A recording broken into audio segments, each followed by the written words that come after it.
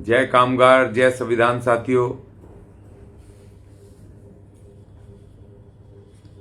अभी मैंने लाइव किया था, वो किसी कारणों से वो म्यूट हो गया, उसमें आवाज नहीं आ रही थी।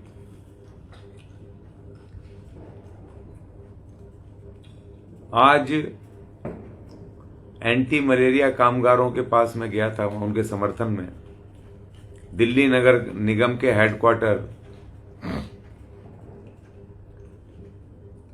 सिविक सेंटर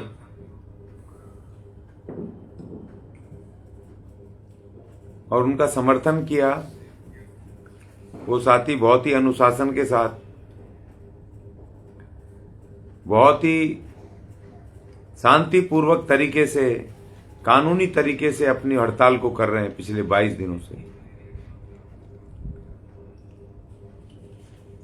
और 22 दिनों से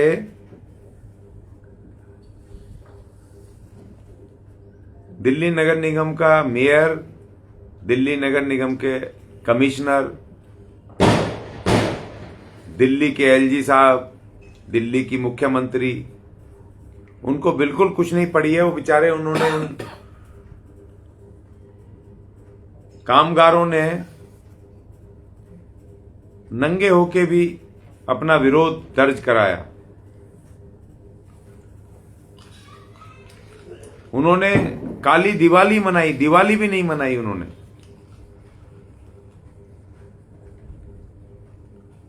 और वो लगातार 22 दिन से वहां बैठे हैं।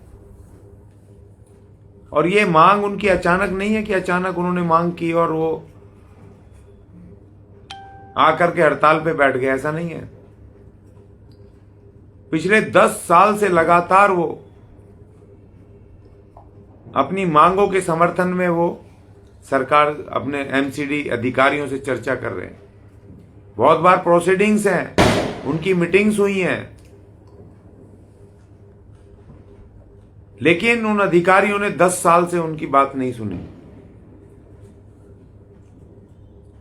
और वो कामगार 30-30 साल से काम कर रहे हैं, कच्चे। और वो मलेरिया के मच्छरों को मारने का वो काम करते हैं, उनकी ड्यूटी है। इतनी खतरनाक ड्यूटी है। 30 साल अपना जीवन दे दिया, वो कच्चे ही हैं अभी तक। और उनकी मांग 2 है कि भाई हमें हमारी पगार बढ़ाई जाए और हमें पक्का किया जाए। तो उसमें कौन सी गैरकानूनी मांगे हैं? लेकिन 22 दिन से इनको शर्म नहीं आई। ये 4 इंजन की सरकार, मेयर दिल्ली में बीजेपी, एलजी दिल्ली में बीजेपी, मुख्यमंत्री दिल्ली में बीजेपी, केंद्र सरकार बीजेपी, और वो उन बेचारे गरीब मजदूरों की बात नहीं सुन रहे। और उल्टे आज 22वें दिन अभी मुझे जानकारी मिली कि वहां दिल्ली पुलिस पहुंच गई उनको उठाने के लिए। दिल्ली पुलिस कह रही है 144 धारा लगा दी हमने। ये भारत के संविधान के अनुच्छेद 19 का खुला उल्लंघन है।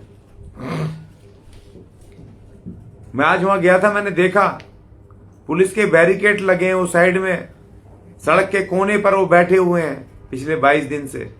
ना ट्रैफिक जाम हो रहा है, ना वो किसी को आने जाने वालों को परेशान कर रहे हैं, ना वो कोई इस तरह का कोई उपद्रव मचा रहे हैं।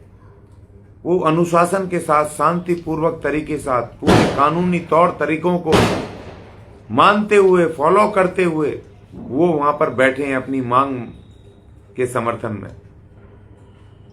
और आज दिल्ली पुलिस कह रही है कि हमने 144 हटा दिए, लगा दिए, आप हटो। और जब उन्होंने आदेश मांगा तो उनको आदेश नहीं दे पाए वो दिल्ली पुलिस।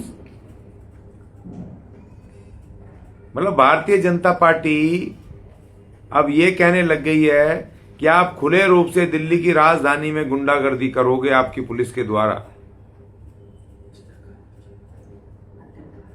ये तो भारतीय जनता पार्टी के सीधा सीधा नाम आएगा, क्योंकि चारों फॉर्मेट में बीजेपी है।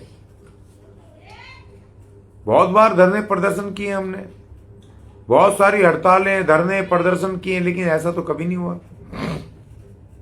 कि 22 दिन बाद पुलिस आ रही है। जिस दिन पहले दिन बैठे थे तो पुलिस आ सकती थी, समझ में आता है।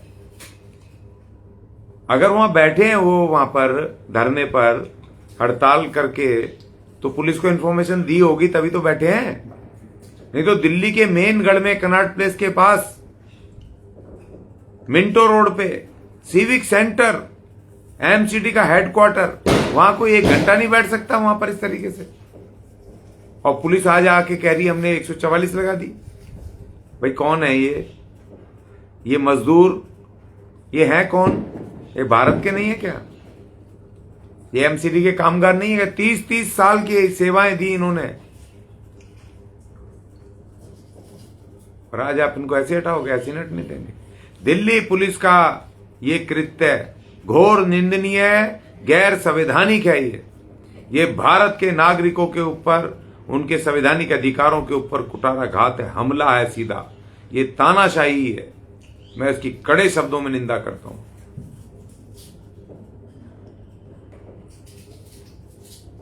बहुत बड़े बड़े तानाशाह देश में आए, दुनिया में आए, मगर वो तानाशाहों को अपने आप को बाद में आत्महत्याएं करनी पड़ी। गिड़गिड़ाते हुए देखें बड़े बड़े तानाशाह अपने आप को आत्महत्याएं करते हैं, जो दुनिया में जिन्होंने खलबली मचा दी, लाखों लाख लोगों को दर्दनाक मौत दी, मगर जब मरे तो खुद को गोलियां मार करके, अपनी आत्महत्याएं करके मरे। तानाशाही ज्यादा चलती नहीं है। भारत का संविधान है, उसके हिसाब से सरकार चलाओ भाई। ये बेचारे मजदूर क्या कह रहे हैं भाई? 30-30 साल से काम कर रहे हैं, आप मिनी वेजेस पे करवाओगे क्या? 30 साल का करा हुआ अब तक तो उनका सीनियरिटी कितनी बढ़ जाती।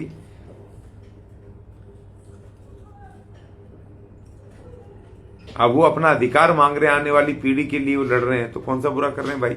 आप उनको ये बता दो आप ये गैरकानूनी काम कर रहे हो, चर्चा करो ना, बात करो ना उनसे। 22 दिन में नगर निगम का एक अधिकारी आके बात नहीं की उनसे। तो साथियों, मैं आपसे अपील कर रहा हूं, जितने भी लोग मुझे देख रहे हैं, सुन रहे हैं, सारे अपने अपने सोशल मीडिया के ऊपर दिल्ली पुलिस की कड़ी निंदा डालो इस कृत्य के लिए। दिल्ली पुलिस कैसे पहुंच गई? क्योंकि इनका आंदोलन पूरे देश दुनिया में फैलता जा रहा है। एकता के साथ, अनुशासन के साथ ये लड़ रहे हैं। आज मैं सुन रहा था उनको, मैं बैठा वहां पे धरने पे जाके उनके समर्थन में, वो कह रहे थे हमने अपनी पगार बढ़ाने की बात मांग की है, एकमात्र मांग पगार बढ़ाने की। अगर पगार बढ़ाने की मांग कर रहे हैं, कौन सा गैरकानूनी काम कर रहे हैं भाई? उनका हक है वो। भारत के संविधान का अनुच्छेद 14, इक्वलिटी बिफोर लॉ, विधि के समक्ष सब समान है सारे नागरिक। तो ये जो ये चेयरमैन साहब वहां बैठे हैं, लाखों लाख रुपए ले रहे हैं परमानेंट होके, ये क्यों भाई? ये कौन से देश के हैं? ये भारत के नहीं है। ये क्या चीन या पाकिस्तान के आए हुए हैं? ये यहां पर आकर के लाखों लाख रुपए लेंगे और हम भारत के नागरिक इनके गुलाम रहेंगे।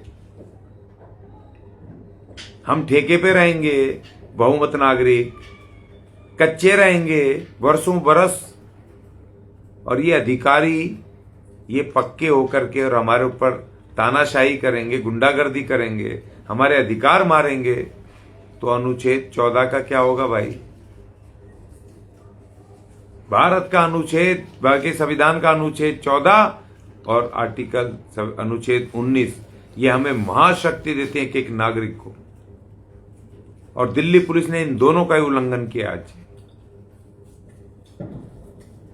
तो साथियों, सब साथी उन साथियों के समर्थन में वीडियो डालें, पोस्ट डालें और दिल्ली पुलिस की कड़ी निंदा करें। उसने ऐसा कृत्य किया है, इनके संवैधानिक अधिकार पे हमला किया, और हम पूरी तरीके से अपने उन एमसीडी के कामगारों के साथ हैं जो हड़ताल पे बैठे हैं अपने अधिकारों के लिए। हम पूरी ताकत के साथ उनके साथ हैं, और दिल्ली पुलिस की, नगर निगम की और दिल्ली में चारों इंजन वाली भारतीय जनता पार्टी की घोर निंदा करते हैं कि हमारे संवैधानिक अधिकारों पे हमला कर रहे हो। तुम्हारी घोर निंदा करते हैं और उन साथियों को कहते हैं डटे रहो, हम आपके साथ हैं। जय कामगार, जय संविधान।